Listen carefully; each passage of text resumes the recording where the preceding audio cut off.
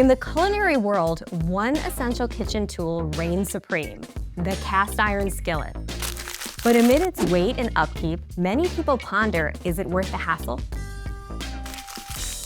While you might associate cast iron with the Old West or cooking around a campfire, it's far from new. In fact, it's practically ancient. The cast iron manufacturing process originated a long time ago in China around the 7th century BCE. Molten metal was poured into a sand mold, and once it cooled, a pan would emerge as a single piece of cookware, handle included. Today, the process hasn't changed much, except modern machines have made crafting a cast iron skillet a lot safer from a manufacturing perspective. And that's a good thing, given that molten metal can reach well over 2,000 degrees Fahrenheit. Unlike some kitchen fads that fade faster than last night's leftovers, cast iron is here to stay. It's incredibly durable, and let's not forget its charming ability to age gracefully. Visit antique shops and yard sales, and you'll often find cast iron pans that have been passed down through generations. Admittedly, they may be heavy, but they're tough. So let's jump into the science of what can make cast iron cooking superior on top of the stove or in the oven. When it comes to heat retention, cast iron does a good job. It may take a bit longer to heat up, but once it's hot, it holds that heat. It keeps dishes warm until your dinner guests arrive. And I also like cast iron for searing steaks or brisket. I think it leads to a great browning and, in turn, a delicious meal. Now, let's talk about everyone's favorite topic, cleaning up after dinner. Cast iron may be tough as nails, but it requires a bit more TLC than other options. Cast iron needs to be seasoned, and I'll be the first to admit I was a little intimidated by the term the first time I heard of it when I was given a cast iron pan about 20 years ago. But it turns out, seasoning isn't really that complicated at all. It simply means that every time we cook in a cast iron pan, we make it a little bit better.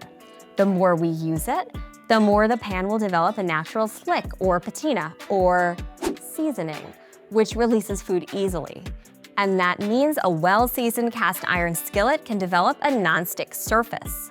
Seasoning can also help to prevent rust.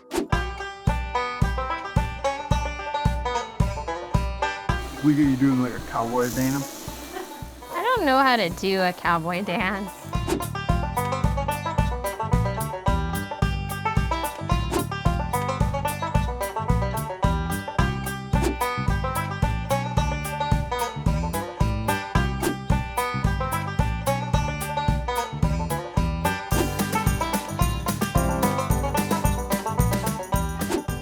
Other pans might seem lower maintenance because they don't require seasoning and can survive a scouring pad or even a run through the dishwasher.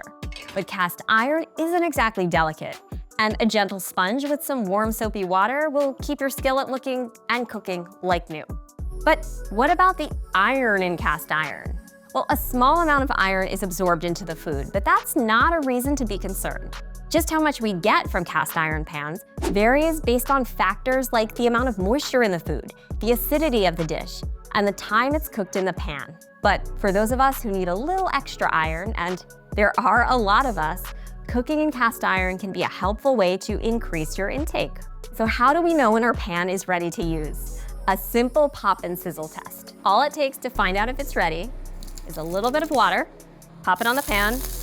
Is it pop and sizzling? Yes, we are ready to go. The trick here is that I don't want to see it evaporate immediately, because that would tell us the pan is too hot and we would need to lower the heat. All right, let's get cooking. I have this chicken breast pre-marinated with chili, not really chili, sweet chili. I have this nice chicken breast that was marinated overnight in a sweet chili sauce. And there it goes, off to the races. For this size chicken breast, I'm thinking about 5 to 7 minutes per side. Oh, look at that non-stick surface. Did you get that? That looks pretty. It's nice and brown. Notably, I'm using an induction cooktop, meaning the sides of the pan aren't terribly hot, despite that the center is cooking up that chicken. There is an episode this season all about induction cooking. It's not cold, but it's like comfortable. It's like, ooh, cozy.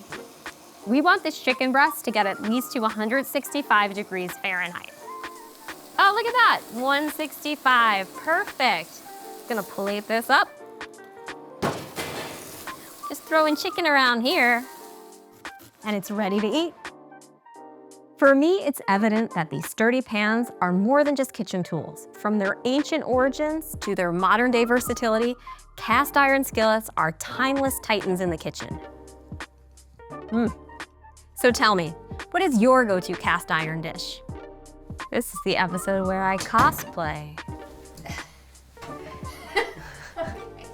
Hey everyone, cooking season never ends. In 2025, we've got some Serving Up Science aprons available, just like the one I'm wearing. Check them out in the link below.